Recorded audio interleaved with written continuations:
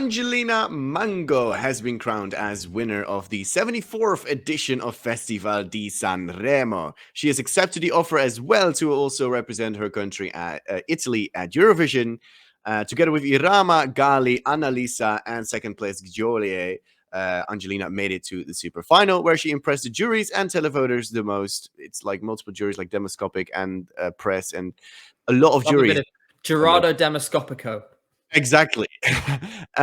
She's the first female winner of Sanremo in 9 years, and it goes very far back that the song that female won with represented their country or Italy at Eurovision. I think it's 1963 or something like that, which is wild. The song that she'll be bringing is called La Noia, and Italy, of course, is already in the grand final, so they will not be participating in the semis. Gabe, talk to me. Did you follow Sanremo while you were in Finland, or? So it was difficult to follow Sanremo while I was in Finland. I did listen to some of the main contenders. Quickly, shout out to Tuta Gold by Mahmoud and Sinceramente by Annalisa, which were incredible songs. Sanremo quality as always. But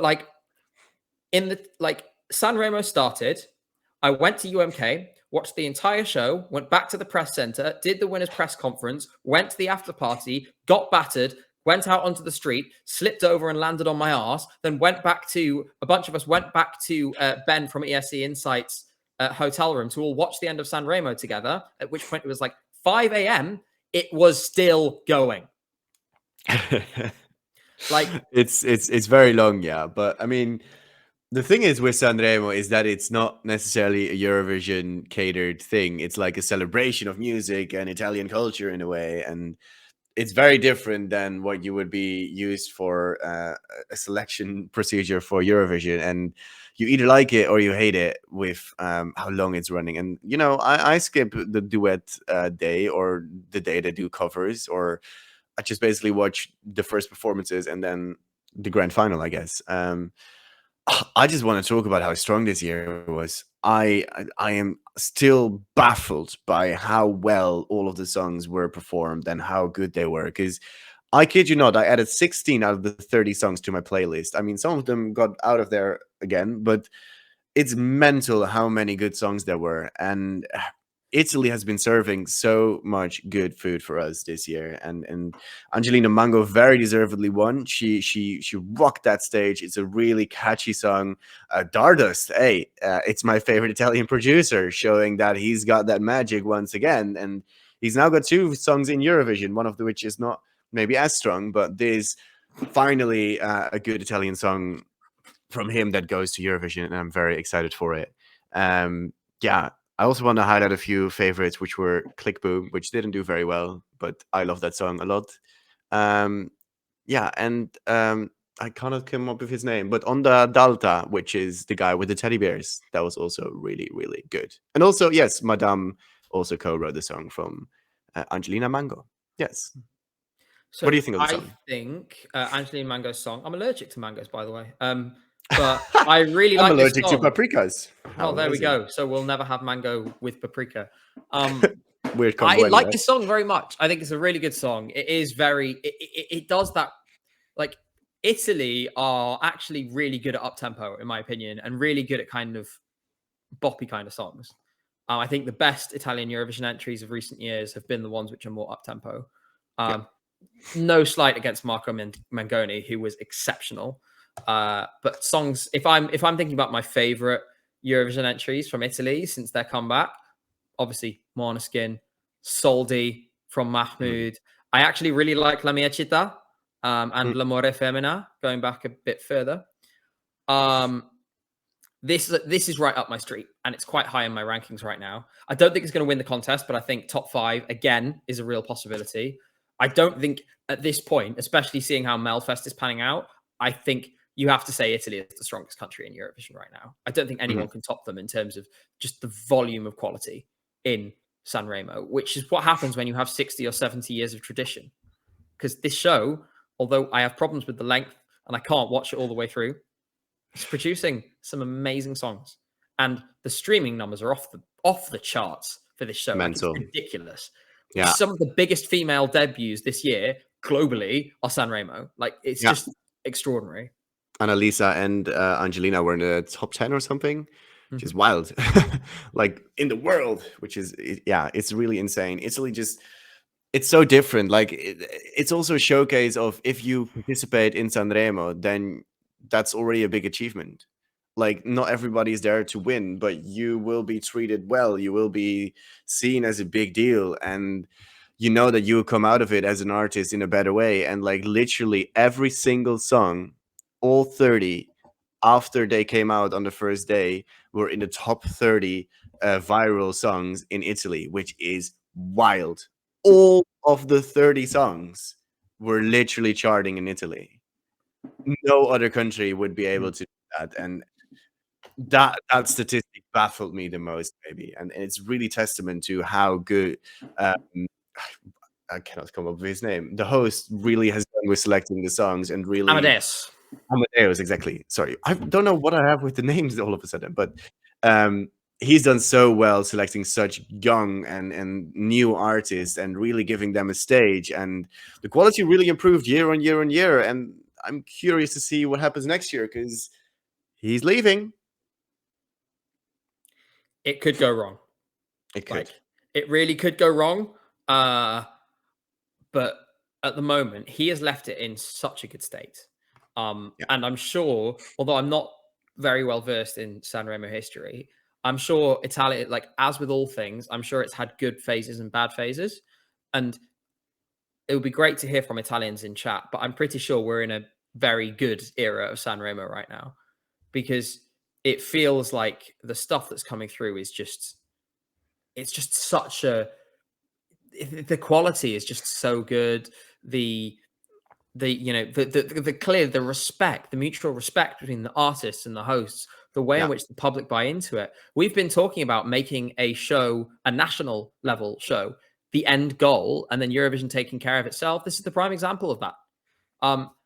And really, from if I was the Italians right now, I'd number one, I'd let Amadeus write any number on a piece of paper to get him to stay.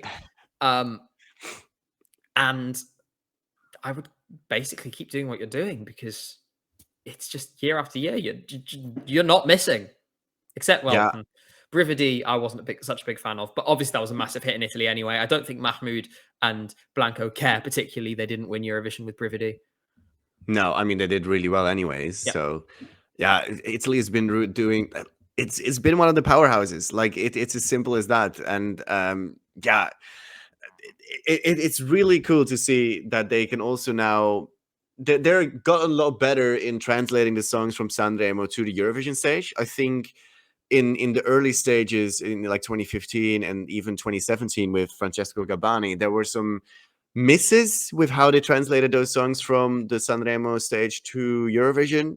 But I think they kind of got that dialed down a lot better now as well. And I'm very curious how they'll do it with Angelina's song. I think they only need to cut 9 or 10 seconds from the song anyway. So that's easily done. Um, but yeah, what do you expect for Italy this year at Eurovision? Do you think they'll do well?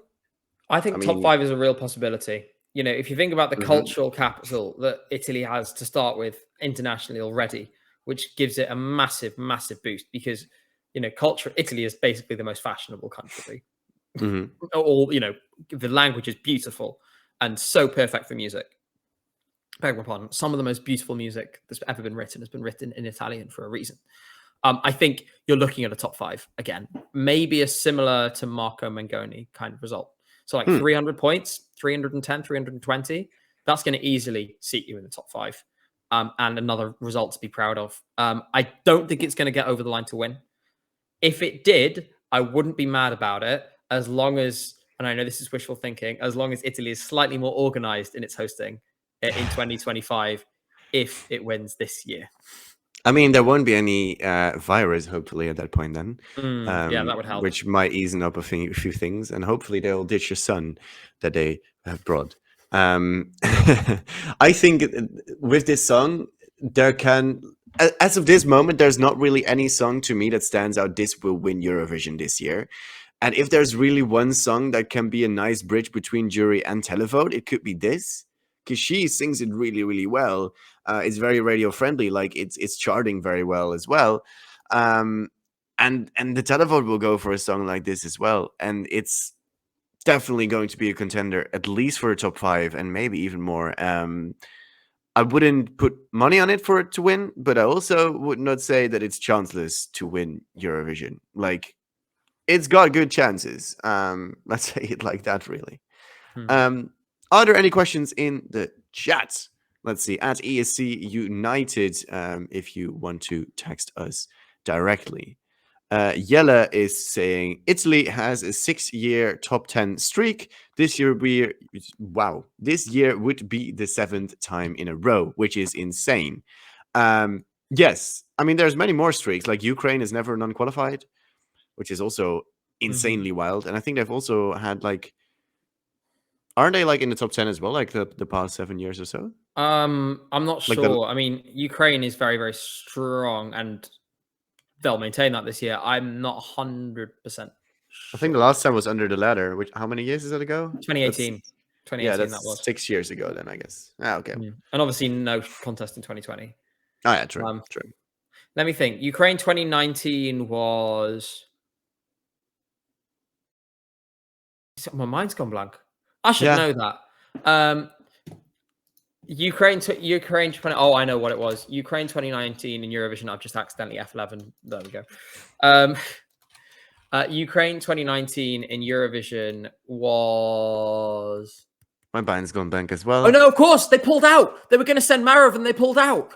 That was it, right? Oh, right. Okay. By the way, it's funny. Like, given what has happened to Marov since, I look back on the Jamala Crimea is Ukraine question. Jamala knew exactly what she was doing because she definitely knew what Marov thought. That said, that means it's the 21, 22, 23 streak, which is really good because obviously they've been like top 5 or top 6 all 3 of those years. God, that whole Marov thing was a bit of a mess, wasn't it? But yeah, no, Ukraine is amazing, but they don't quite have the streak Italy does yet. No, but they're also one of the like the non-qualifying streak is insane to me. Yeah, let's see if there's any more questions. Do we expect the UK to drop? It's not really the Italy question, but no. Oh well, we don't know it's a snippet. We know nothing yet. No, I haven't even heard a snippet either. We know nothing. This is not. Maybe we can talk about it later. Sorry, we know Ben. a little bit more. Yes. Let's see. Is there anything about Italy? I saw Jay was asking if we found out whether Angelina Mango was on Pinterest. We don't know yet. We will let you know as soon as we find out. Oh no, meme culture. Let's see. I need to scroll away a lot, and then it refreshed. Is there anything? Angelina. Oh, God damn it. Yes, Angelina has the X factor in her body language and non-choreographed self-style dance movements. She's very accessible, but also stylish and talented. Not really a question, but yeah, I agree. She's like, she rocked that stage, and it really showed. Like, she's got a lot of stage presence and charisma, and I think that will show to the entirety of Europe as well. It will only be one of her strengths.